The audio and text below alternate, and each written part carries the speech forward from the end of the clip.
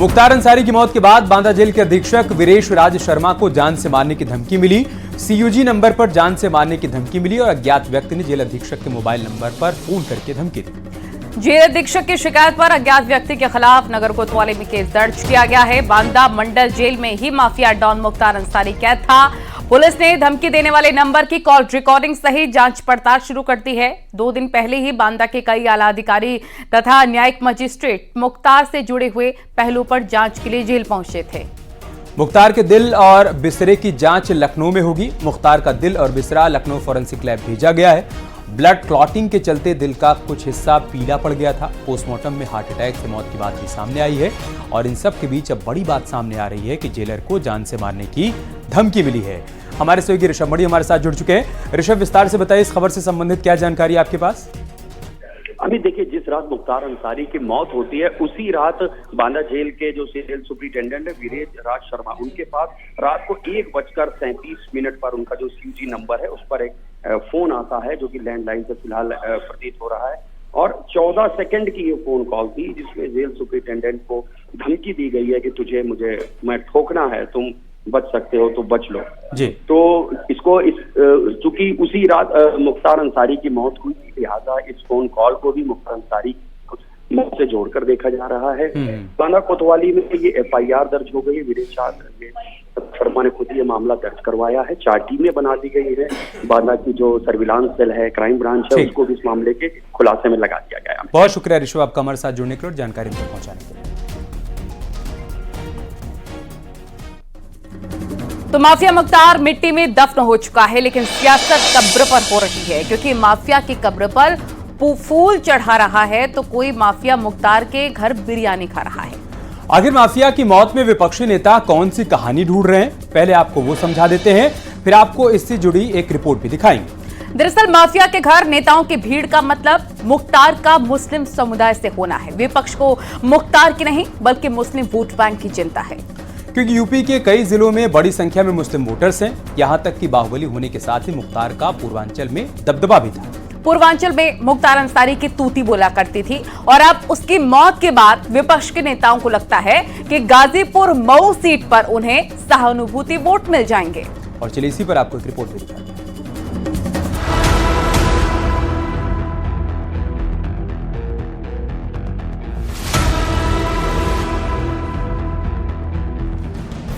गाजीपुर का यूसुफपुर फाटक सियासत की चौखट का एपिसेंटर बन चुका है।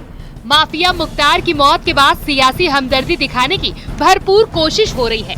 कोई मुख्तार के घर बिरयानी खा रहा है तो कोई हाथ जोड़े सियासी मरहम लगा रहा है और दहशत के बाद उस गम को भुनाना चाहता है जो मुख्तार के जनाजे में दिखी। पूर्वांचल में मुख्तार अंसारी की मौत के बाद अब उसके परिवार पर सियासी डोरे डाले जा रहे हैं। भावनाओं के ज्वार में सियासी उबाल लाने की कोशिश की जा रही है और सहूलियत के हिसाब से सियासी बाढ़ छोड़े जा रहे हैं। बातचीत किया हमसे न बड़ा वाकया हुआ है, जुडिशियल कस्टडी में उनकी मौत हुई है और यहाँ की प्रदेश सरकार उसकी जिम्मेदार है, तो हम उनको कंडोलेंसेस और पुरसा देकर आए। जिस मुख्तार के नाम पर सरकार को घेरने की कोशिश हो रही है, उस मुख्तार को डॉन से राजनेता बनाने में भी इन्हीं का सियासी सहयोग है। माफिया मुख्तार अंसारी के राजनीतिक रसूख का अंदाजा इसी बात से लगाया जा सकता है कि पहली बार वो 1996 में बीएसपी से विधायक बना, दूसरी बार निर्दलीय लड़ा और विधायक बना, तीसरी बार बीएसपी के टिकट पर चुनाव जीता, चौथी बार नई पार्टी बनाई और विधायक बना, 5वीं बार पार्टी का सपा में विलय कर दिया। मुख्तार अंसारी 5 बार लगातार चुनाव जीतता रहा, लेकिन 2022 में कानूनी दांवपेच में उलझ गया।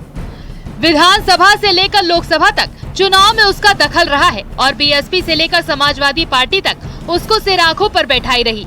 और अब जब मुख्तार की जेल में हार्ट अटैक से मौत हो चुकी है तो सियासी बयानवीर मुख्तार के नाम पर सियासी पैगाम देने की कोशिश कर रहे हैं। कानून नाम की कोई चीज नहीं रह गई है और मुख्तार अंसारी जी ने जिस तरीके से जेल में जहर देने का आरोप लगाया था, जहां तक कि माननीय सर्वोच्च न्यायालय में उनकी याचिका भी इस आशय की पड़ी हुई है,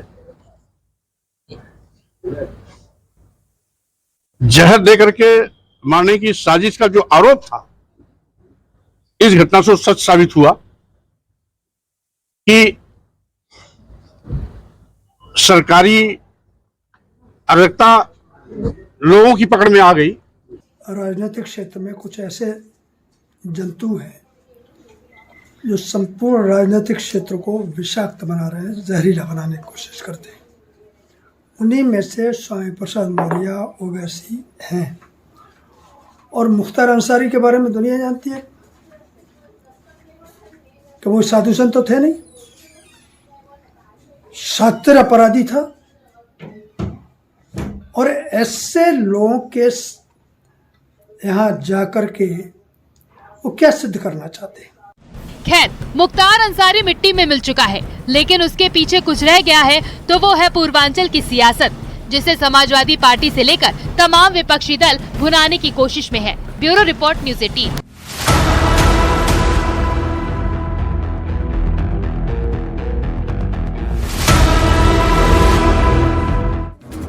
उत्तर प्रदेश में पटेल और मुसलमान के सहारे तीसरे मोर्चे का गठन हो चुका है, जिसका नेतृत्व समाजवादी पार्टी से अलग पल्लवी पटेल और खुद मुस्लिमों का रहनुमा बताने वाले असदुद्दीन ओवैसी कर रहे हैं। इस गठबंधन में फिलहाल 2 दल शामिल हैं, लेकिन ओवैसी ने मायावती के साथ अन्य छोटे छोटे दलों को भी साथ आने की सिफारिश कर दी है।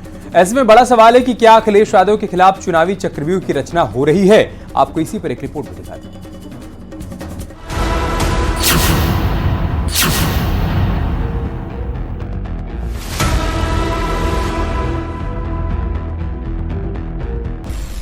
उनके पास ये अधिकार है कि मेरा इस्तीफा मांग भी लें और मुझे निकाल भी दें, तो दोनों अधिकार उनके पास हैं, कर लेना जो करना है। लेकिन पीडीएम नहीं झुकेगा, पीडीएम आगे बढ़ेगा।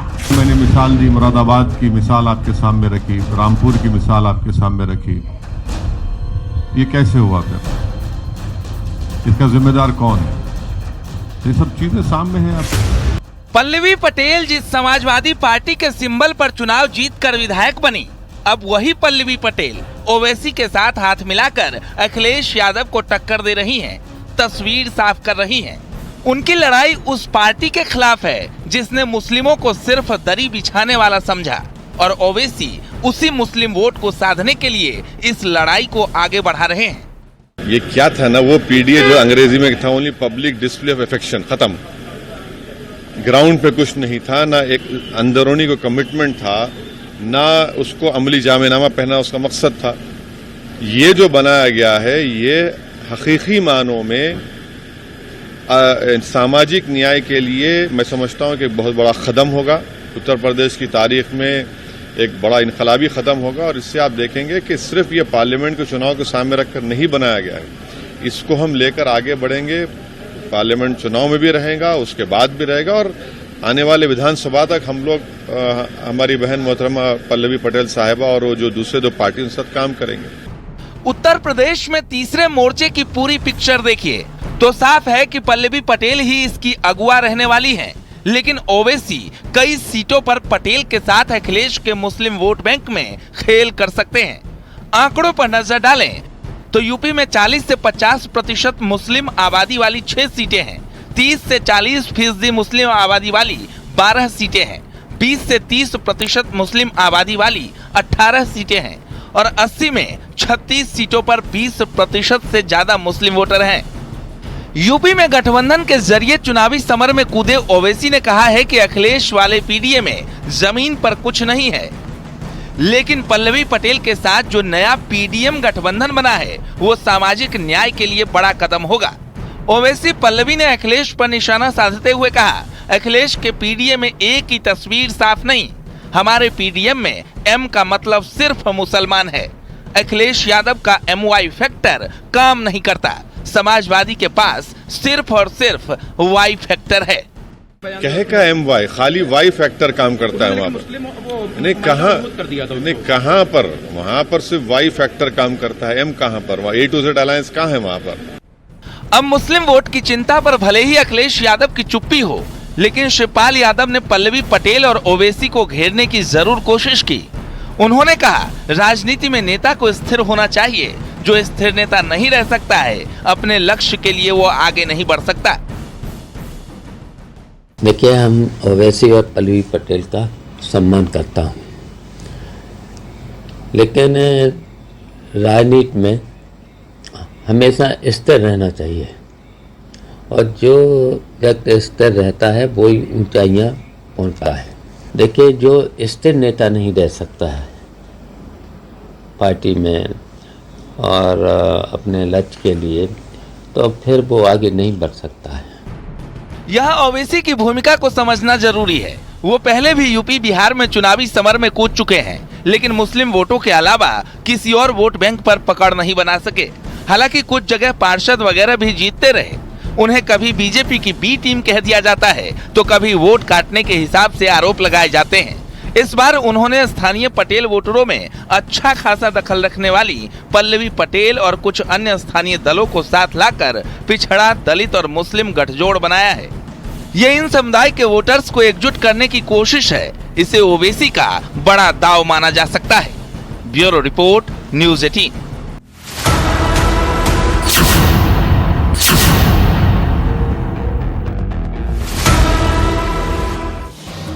पश्चिमी यूपी में चुनावी शंखनाद के साथ ही आक्रामक प्रचार का सिलसिला शुरू हो चुका है। पीएम मोदी एक बार फिर से यूपी में जनसभा और रोड शो करने जा रहे हैं, तो वहीं अमित शाह और राजनाथ सिंह भी यूपी के रण में दम दिखाते हुए नजर आएंगे। मेरठ के बाद पीएम मोदी सहारनपुर में चुनावी जनसभा करेंगे, तो वहीं गाजियाबाद में रोड शो करते नजर आएंगे। मुजफ्फरनगर में अमित शाह जनसभा करेंगे, तो वहीं मुरादाबाद में अमित शाह की बड़ी बैठक भी होनी है। गाजियाबाद में राजनाथ सिंह जनसभा करेंगे, तो वहीं सीएम योगी एक दिन में 3 जनसभा को संबोधित करेंगे। यानी यूपी में क्लीन स्वीप के लिए बीजेपी अब बड़े बड़े योद्धाओं को चुनावी मैदान में उतार चुकी है। इसी पर दिखाते हैं आपको एक रिपोर्ट। भारत को दुनिया की तीसरी सबसे बड़ी आर्थिक महाशक्ति बनाएगा। ये मोदी का मंत्र है, भ्रष्टाचार हटाओ।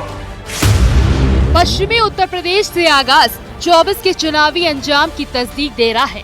मोदी योगी की जोड़ी का जलवा सिर आंखों पर चढ़ चुका है और इसी चुनावी रिदम को बनाने के लिए बीजेपी के तमाम नेता अब अपनी पूरी ताकत झोंक चुके हैं। तीसरी बार यूपी में मिशन 80 का लक्ष्य सिद्ध करने के लिए आक्रामक चुनावी प्रचार अभियान शुरू हो चुका है, जिसकी कमान खुद प्रधानमंत्री मोदी और मुख्यमंत्री योगी ने संभाली है। प्रधानमंत्री नरेंद्र मोदी की अगले 15 दिनों के भीतर पश्चिम यूपी में 4 सभाएं हैं और 6 अप्रैल को प्रधानमंत्री नरेंद्र मोदी सहारनपुर में मौजूद रहेंगे। उसके बाद गाजियाबाद में भी रोड शो करेंगे। पीएम मोदी की अगले 15 दिनों में 4 जनसभाएं हैं। पीएम मोदी 6 अप्रैल को सहारनपुर में जनसभा करेंगे। पीएम मोदी 6 अप्रैल को गाजियाबाद में रोड शो करेंगे। अमित शाह 3 अप्रैल को मुजफ्फरनगर में जनसभा करेंगे। अमित शाह मुरादाबाद में कोर कमेटी की बैठक करेंगे। 3 अप्रैल को राजनाथ सिंह गाजियाबाद में जनसभा करेंगे। तो दूसरी तरफ सीएम योगी खुद एक दिन में 3 चुनावी जनसभा को संबोधित कर रहे हैं और विकास के साथ माफिया मुक्त उत्तर प्रदेश का संदेश दे रहे हैं। क्या आपने बदलते हुए भारत को देखा है? आपने नए भारत का दर्शन किया है? ये भारत जहां पर 2014 के पहले की अराजकता भी आपने देखी है और 2014 के बाद एक भारत श्रेष्ठ भारत, जहां सुरक्षा भी है तो समृद्धि भी है, जहां पे आजीविका है तो आपकी आस्था को सम्मान भी है।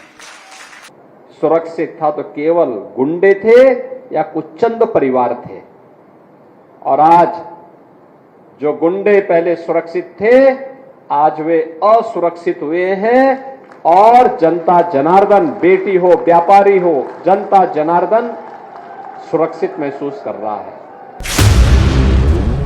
दरअसल 2019 में बीजेपी पश्चिमी उत्तर प्रदेश में 2014 के मुकाबले बेहतर प्रदर्शन नहीं कर पाई थी। इसीलिए पीएम मोदी के साथ बीजेपी के बड़े बड़े नेता इन क्षेत्रों में जनसभा और रोड शो करेंगे। ऐसे में सवाल है, आखिर बीजेपी के लिए पश्चिमी यूपी क्यों जरूरी है? तो आपको बता दें कि पश्चिमी यूपी में कुल 27 लोकसभा सीटें हैं।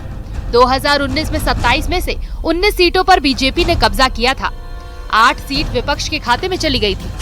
लेकिन इस बार उत्तर प्रदेश में बीजेपी ने पश्चिमी उत्तर प्रदेश के साथ ही यूपी की 80 सीटों पर क्लीन स्वीप का टारगेट रखा है, जिसे साधने के लिए आने वाले दिनों में बड़े बड़े नेता रोड शो और चुनाव प्रचार करते नजर आएंगे। Bureau report, news 18।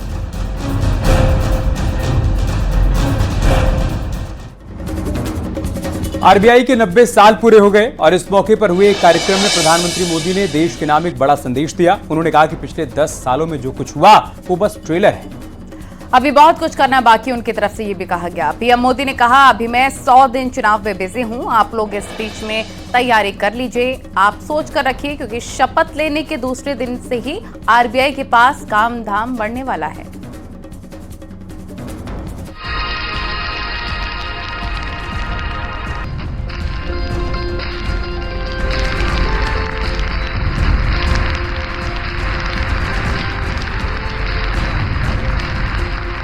चार जून के बाद पीएम मोदी क्या करने वाले हैं?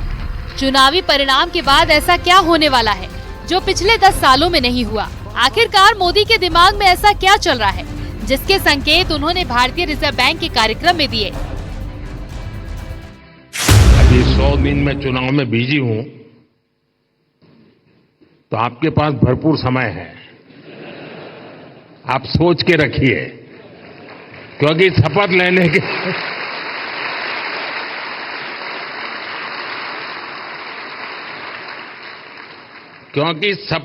के दूसरे दिन ही धमाधम काम आने वाला है।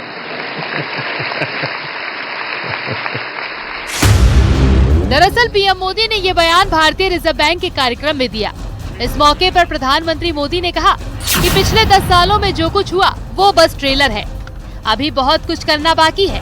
पीएम मोदी ने कहा कि भारत को अगले 10 साल में आर्थिक रूप से आत्मनिर्भर बनने की जरूरत है, ताकि राष्ट्र वैश्विक कारकों से ज्यादा प्रभावित न हो। इस मौके पर प्रधानमंत्री ने कहा कि तीसरी बार सत्ता में आने पर हर किसी के लिए ढेर सारे काम सृजित होंगे। प्रधानमंत्री मोदी ने आरबीआई की उपलब्धियों को गिनाते हुए वो बात भी कह दी जो विपक्ष को परेशान कर सकती है। उन्होंने न सिर्फ चुनाव में जीत का भरोसा जताया, बल्कि अगले 2 टर्म का भी प्लान सेट कर दिया। उन्होंने कहा, अभी मैं 100 दिन चुनाव में बिजी हूँ, आप लोग इस बीच में तैयारी कर लीजिए। भारत की आत्मनिर्भरता को अगले 10 सालों में बढ़ाना है।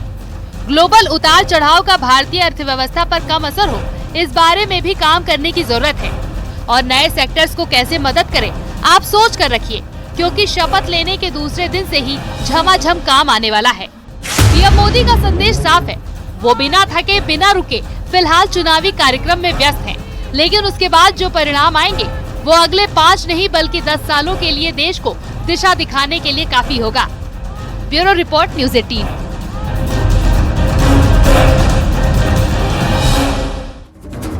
और आज दिल्ली के मुख्यमंत्री अरविंद केजरीवाल को कोर्ट ने 15 अप्रैल तक के लिए तिहाड़ जेल भेज दिया। लेकिन इससे भी बड़ी खबर यह है कि केजरीवाल ने ईडी के सामने पूछताछ में 2 नाम ले लिए जो आने वाले टाइम में अब ईडी की रडार पर आ सकते हैं। वो नाम है आतिशी और सौरभ का। ऐसे में सवाल है कि क्या खुद को बचाने के लिए केजरीवाल ने अपने ही 2 मंत्रियों को फंसा दिया है? वैसे अगर दिल्ली सरकार की बात करें तो सीएम से लेकर डिप्टी सीएम तक जेल में बंद है। मनीष सिसोदिया को तिहाड़ के जेल नंबर 1 में रखा गया है। दिल्ली के सीएम अरविंद केजरीवाल को तिहाड़ के जेल नंबर 2 में रखा गया है। संजय सिंह को तिहाड़ के जेल नंबर 5 में रखा गया है। वहीं सत्येंद्र जैन को तिहाड़ के जेल नंबर 7 में रखा गया है। तो ऐसे में केजरीवाल ने आज जिन 2 नेताओं का नाम लिया है, अब क्या उनका हाल होने वाला है, इसी पर दिखाते हैं आपको एक रिपोर्ट। ये पहले मुख्यमंत्री होंगे दिल्ली के जो कि तिहाड़ में होंगे।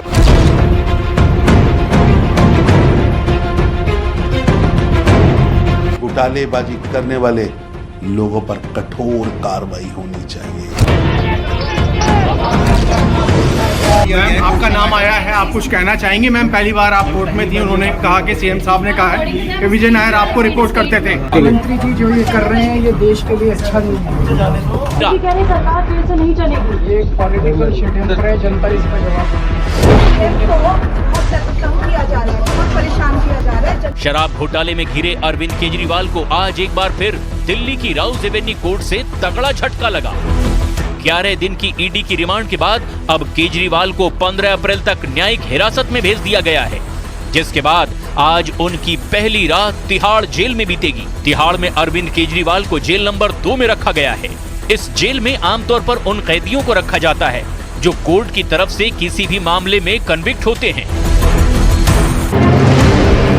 जैसे ही केजरीवाल को 15 दिन की न्यायिक हिरासत में भेजे जाने की खबर सामने आई, आम आदमी पार्टी के कार्यकर्ताओं ने विरोध प्रदर्शन शुरू कर दिया। आम आदमी पार्टी के कार्यकर्ता तिहाड़ जेल के बाहर ही इकट्ठे हो गए और केजरीवाल को जेल भेजे जाने के खिलाफ विरोध प्रदर्शन करने लगे। अरविंद केजरीवाल की पत्नी सुनीता केजरीवाल ने केंद्र सरकार पर तानाशाही का आरोप लगाया, तो बीजेपी का कहना है कि कोर्ट के अंदर केजरीवाल का झूठ पूरी तरह एक्सपोज हो चुका है। 11 दिन उनकी पूछताछ हुई है, पूछताछ पूरी हो गई है, अदालत ने दोषी नहीं कहा, उनको जेल में क्यों डाला है? मैम, क्या आने वाले कितने दिनों के बाद आप लोग, अब जेसी में भेज दिया गया है सीएम साहब को, तो कब बेल मूव करने की आप लोग तैयारी कर रहे हैं? इन लोगों का एक ही मकसद है, इनको चुनावों में उनको जेल में डालना है। देश की जनता इस तानाशाही का जवाब देगी। मोबाइल के पासवर्ड तक नहीं आपने दिए अब तक। अगर आपका छुपाने को कुछ नहीं था तो आपको देने चाहिए थे, और आप ईडी को नहीं देने चाहते थे, कोर्ट में खोल के सबके सामने दिखा देते। जिस जज के सामने आप चिल्ला चिल्ला के कह रहे थे मैं बोला, उसी जज साहब के सामने पासवर्ड दे देते कि देखिए ये पासवर्ड देखिए, मैं सारा फोन खोल के दिखा रहा हूं, ये देख लीजिए। पर आपके पास छुपाने को बहुत कुछ है। करोड़ों रुपया जो आपने इकट्ठा किया है शराब घोटाले में, उसके सारे सबूत फोनों में है जो आप फोन नहीं देना चाहते। तिहाड़ के अंदर केजरीवाल जेल नंबर 2 में रहेंगे और इस जेल में वो अकेले ही रहेंगे। इन तमाम हाई प्रोफाइल नामों के बाद अब खुद केजरीवाल भी तिहाड़ जेल में पहुंच गए हैं। उन्होंने जेल में किताबें पढ़ने की अनुमति मांगी है। अरविंद केजरीवाल ने जेल में 3 किताबें मंगवाई है। ये किताबें हैं श्रीमद् भगवद गीता, रामायण और पत्रकार नीरजा चौधरी की किताब हाउ प्राइम मिनिस्टर्स डिसाइड। खास बात यह है कि तिहाड़ जेल के अंदर टोटल 9 जेल हैं और करीब 12,000 कैदी हैं। जेल में सभी कैदियों को एक खास रूटीन का पालन करना होता है।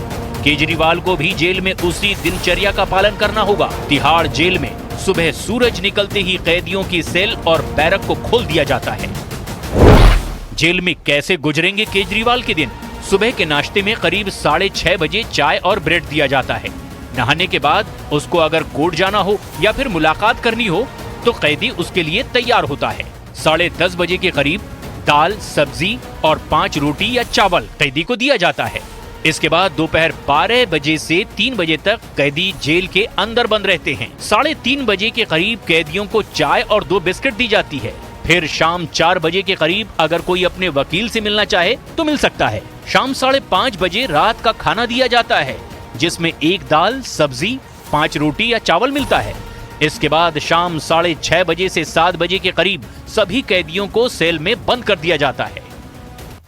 इसके अलावा जेल के अंदर कैदियों को टीवी देखने की सुविधा भी होती है और अगर किसी को जेल में कोई शारीरिक दिक्कत होती है तो हर समय डॉक्टर उपलब्ध रहते हैं। मतलब केजरीवाल को अब जेल के अंदर खुद को उसी रूटीन में ढालना होगा जो तिहाड़ के जेल में सभी कैदियों के लिए तय किया गया है। केजरीवाल को ईडी की रिमांड पूरी होने के बाद राउज एवेन्यू कोर्ट में पेश किया गया था, जहां ईडी की तरफ से कोर्ट में दलील रखी गई कि वो जांच में सहयोग नहीं कर रहे हैं, जांच एजेंसी को मिसलीड कर रहे हैं। दोनों पक्षों की दलीलें सुनने के बाद कोर्ट ने उन्हें 15 अप्रैल तक न्यायिक हिरासत में भेज दिया है। लेकिन आरोप प्रत्यारोप की राजनीति थमने का नाम नहीं ले रही है।